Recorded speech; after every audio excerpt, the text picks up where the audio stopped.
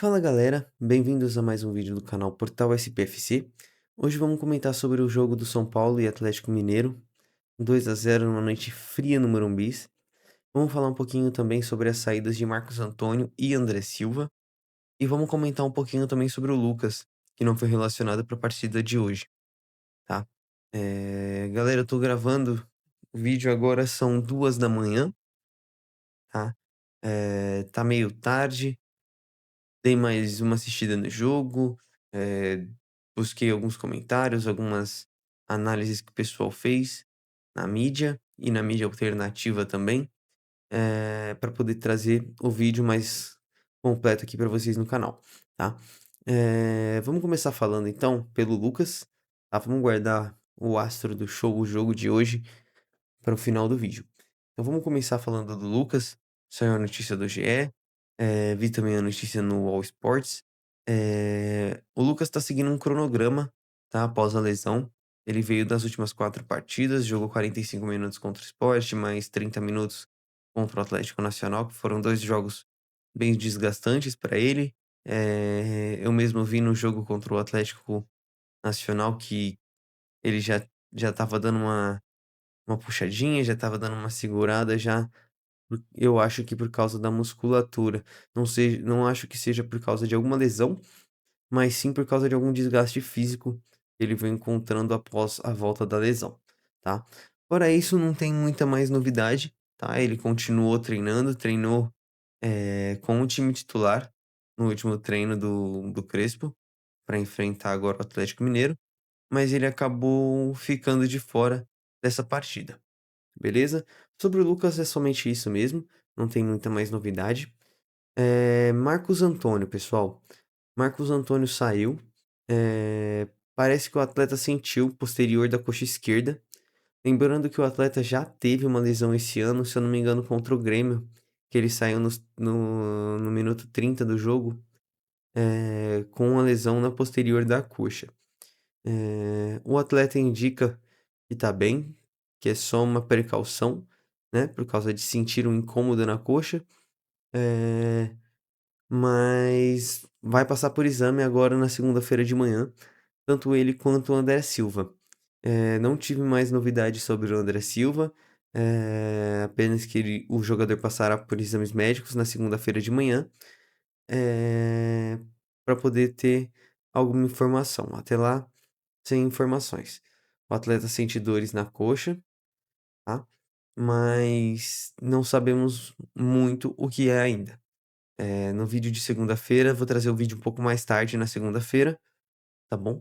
Eh, Pra gente poder comentar sobre o que aconteceu sobre as lesões de Marcos Antônio e André Silva, tá?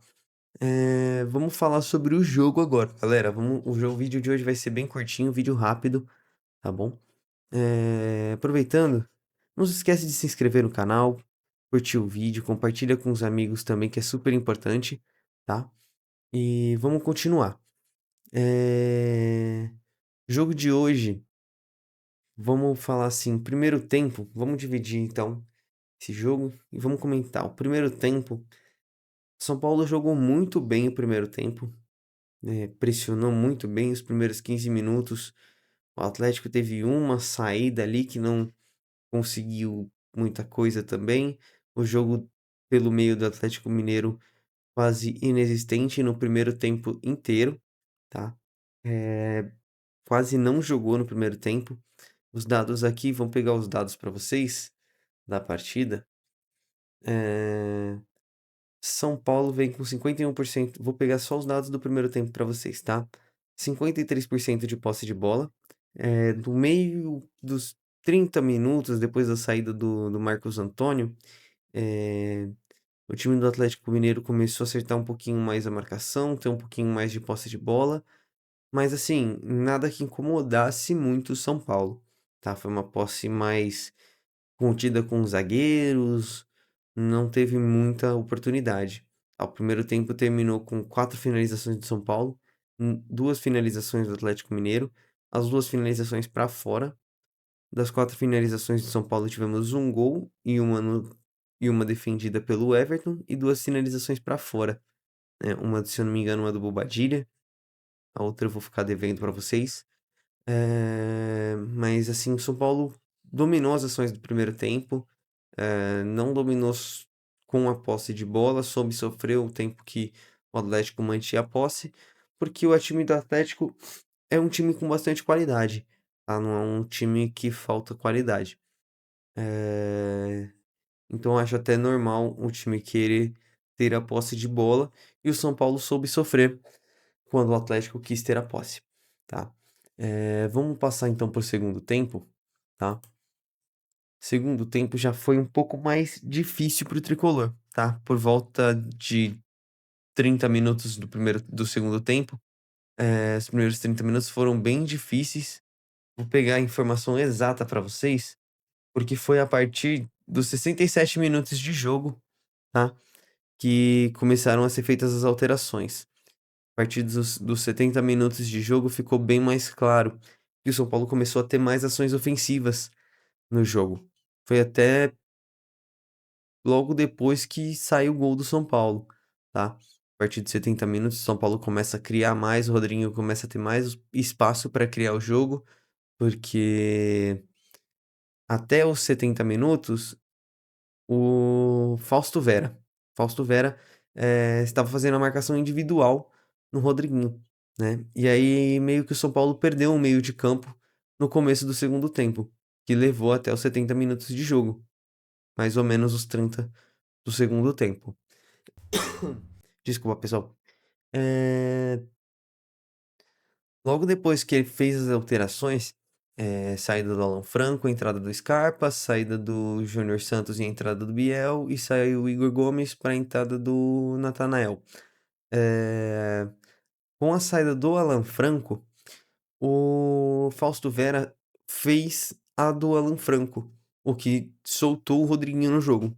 E aí o São Paulo começou a ter mais oportunidade e criar mais lance. Eh, Foi até num lance. O Rodriguinho não participa, né, do lance criado do gol do Luciano, apesar bela pré-assistência do Luciano. E essa noite, aqueles que criticaram o Cedric a temporada inteira, olha, mas eu vou falar pra vocês, eu acho que tem um bom motivo pra isso, tá?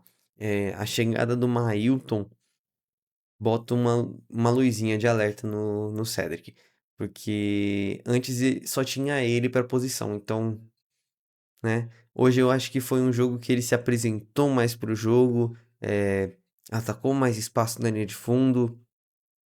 Teve um ou dois lances que, pô, ele ganhou na velocidade do Caio Paulista, entendeu? Assim, não que o Caio Paulista seja lento, né?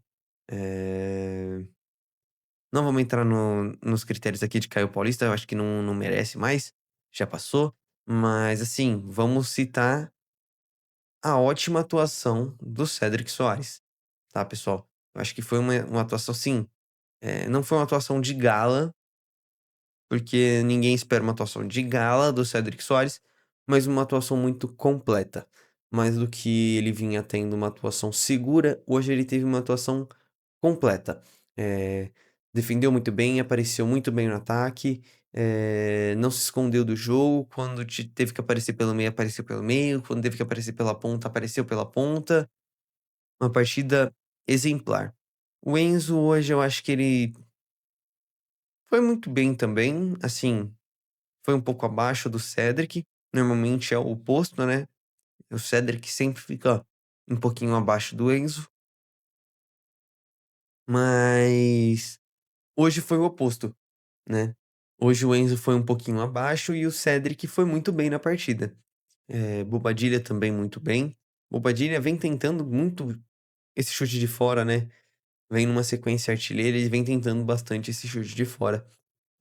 Eu acho bom, faz bem a confiança. Eh, Acho que ele poderia ter servido o Luciano na finalização que ele errou lá no primeiro tempo. Não sei se foi o Luciano.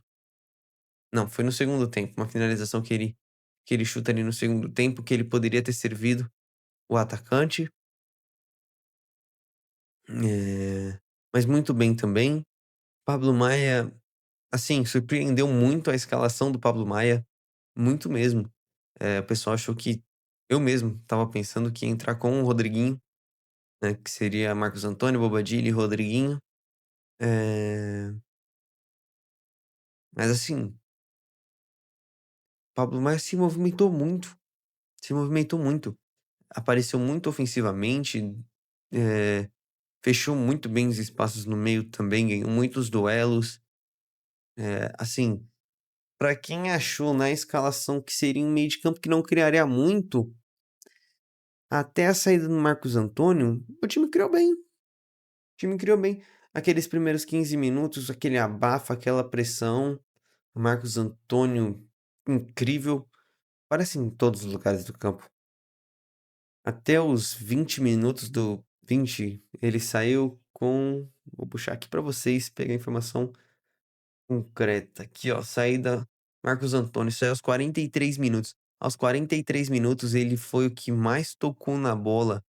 Tá, eu vou pegar as participações aqui exclusivamente do Marcos Antônio na partida, tá? Jogou 43 minutos, teve 40 ações com bola, tá, pessoal? 40 ações com bola em 43 minutos, tá bom? Se você for pegar a estatística de tempo que ele ficou em campo e a quantidade de ações com bola que ele é o cara que mais aparece no jogo para São Paulo. Não é à toa que ele é um motorzinho do time, indispensável, eh, tem grandes chances de ser convocado pela seleção brasileira. Espero que seja convocado. Para a carreira dele, para o bem dele, sim, para ele seria fantástico. Coroaria o ótimo futebol que ele tem. Pensando no São Paulo, não. Ficaria alguns jogos separados do elenco, perderia dias de treinamento, perdão, perderia dias de treinamento, não sei se afetaria o desempenho, tá. Coroaria sim a excelente fase do atleta, eu acho que merece, pelo que vem jogando, não de algumas partidas, porque desde a época do Zubeldia, quando ele teve as oportunidades, ele jogou muito bem. Nunca foi um jogador que se escondeu do jogo. Vamos falar mais de quem? Ferreirinha. Ferreirinha hoje estava muito escondido, muito sumido do jogo, tá? Alteração, ele entrou no lugar o Luciano entrou no lugar dele aos 63 minutos. Eu já teria colocado o Luciano no intervalo. Ferreirinha ausente, ausente no jogo.